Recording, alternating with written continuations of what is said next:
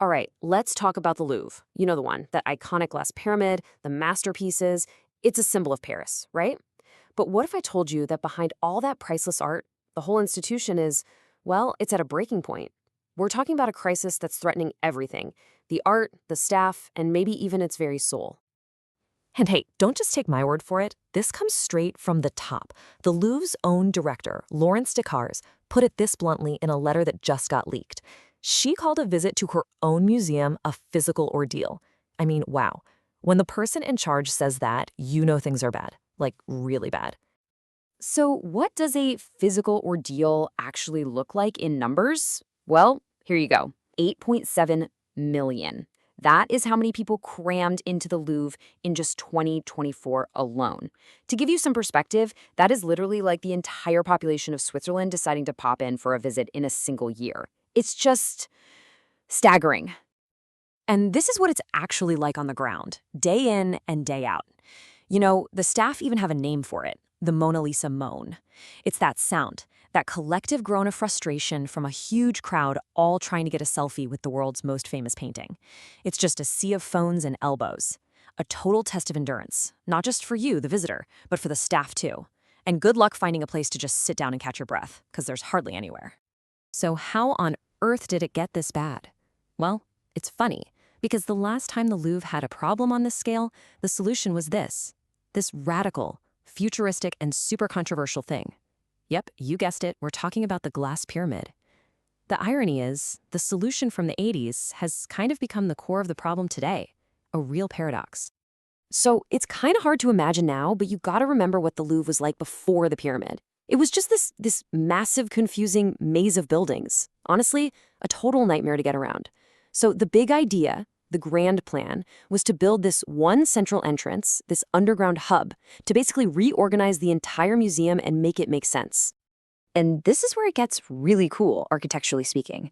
The guy who designed it, the legendary I.M. Pei, he wasn't just sticking a glass roof on the place. No, he was playing with this idea of transparency in two different ways. First, you have the literal transparency, right? It's made of glass. You can see through it. Simple. But then there's this more complex idea called phenomenal transparency. It's this concept where you overlap different things, in this case, a modern pyramid on top of a historic palace, and they create this new, kind of ambiguous, but really powerful meaning together. And for Pei, this wasn't about France or Egypt. He was adamant about this. He saw the pyramid shape itself as universal, a geometric form that doesn't belong to any one time or place. It was this hugely ambitious vision, right, to kind of stitch together the past and the future with one single shape. But here's the twist. That grand, celebrated solution, well, it's now literally crumbling under the weight of its own success. The very thing that was meant to fix the Louvre's problems has become the source of a whole new crisis. And the numbers just don't lie. Look at this. The entire pyramid entrance, the whole underground area, it was designed for about 4 million visitors a year. Okay? 4 million. And what did they get in 2024? 8.7 million. That is more than double what it was built for. The system is just completely, totally overwhelmed. Which brings us right back to that leaked letter from the director. And what's in it is, frankly, alarming. We're talking parts of the building that aren't even watertight anymore. Temperature swings so bad they're a danger to the actual art. That beautiful glass pyramid? Yeah, it turns into an inhospitable greenhouse when it's hot. And the bathrooms and other facilities? Well below international standards. So you see, this isn't just about a bad tourist experience anymore. This is about the art itself being at risk. And there's a real human cost to all of this. It got so bad that in June 2025, the staff just walked out. They went on strike. They said the working conditions were untenable because of the nonstop crowds and not having enough people on staff. The whole situation is just a pressure cooker. So, what's the solution? Is there another grand plan in the works? Well, President Macron certainly thinks so. He's announced something he's calling the Louvre New Renaissance.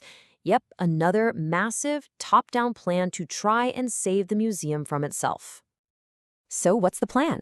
It basically boils down to 3 big things. Step 1, give the Mona Lisa her own room. Finally, that should help with that daily mob scene.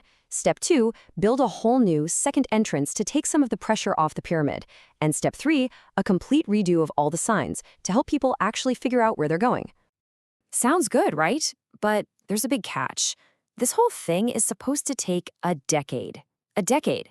And the workers, the ones on the ground dealing with this every day, they're basically saying, are you kidding me? We can't wait 6 years for help. We're drowning now. And that just shows you the huge gap between some grand long-term plan and the crisis happening at this very moment. But, all these physical problems, the crowds, the leaks, they're actually forcing the Louvre to face a much deeper, almost philosophical crisis. While it's trying to figure out how to fix its crumbling walls, it's also having to ask itself some really profound questions about its collection, about its own identity. Like, whose heritage is all this stuff really? See, the Louvre calls itself a universal museum, and this is a really key idea. It's this belief held by a lot of huge Western museums that their job is to serve all of humanity. How? By collecting art from all over the world and putting it in one place to show our shared common history. Okay, but that universal museum idea is right at the center of this huge debate happening right now about sending art back to its original home. And to really get into it, we need to be clear on two words that sound similar but are different. You've got restitution, which is for stuff that was straight up stolen or plundered. And then you have return, which is for objects that left their country of origin way back before there were even international laws about this stuff. And the Louvre's own history is, well, it's complicated. Take Napoleon, for example. As he was conquering Europe, he was also plundering its art. After he was finally defeated, over 5,000 pieces got sent back home. But France kept hundreds of them, and that includes a lot of the amazing Egyptian artifacts you can see there today. So what do regular French people think about all this? Well, this is fascinating. This chart shows that for the French public, the main reason to send art back isn't political or economic. Not at all. It's moral. It's about a sense of righting old wrongs and about cultural identity, this belief that these objects are a core part of another nation's soul. And what's interesting is that the official French policy has actually started to change. It really kicked off in 2017, when President Macron said, hey, we're open to restituting African cultural heritage. That led to this huge report, the Sars-Savoy report, which basically recommended returning stuff taken without consent from former colonies. And that just threw gasoline on the fire of this global conversation. So really, it all boils down to this fundamental clash of two big ideas. On one side, you've got cultural internationalism. That's the view that incredible art belongs to everybody, to all of humanity. But on the other side, you have cultural nationalism. And that's the belief that, no, this art is part of a specific nation's heritage, and it's essential for their identity. And the Louvre, it's stuck right in the middle of this huge philosophical tug-of-war. And that's really what this all leads to. This one huge critical question. As the Louvre is struggling with everything, leaky roofs, insane crowds, a collection with a really complicated history, it forces all of us to ask, what is a museum like this even for in the 21st century? Is it supposed to be a guardian of our shared human story?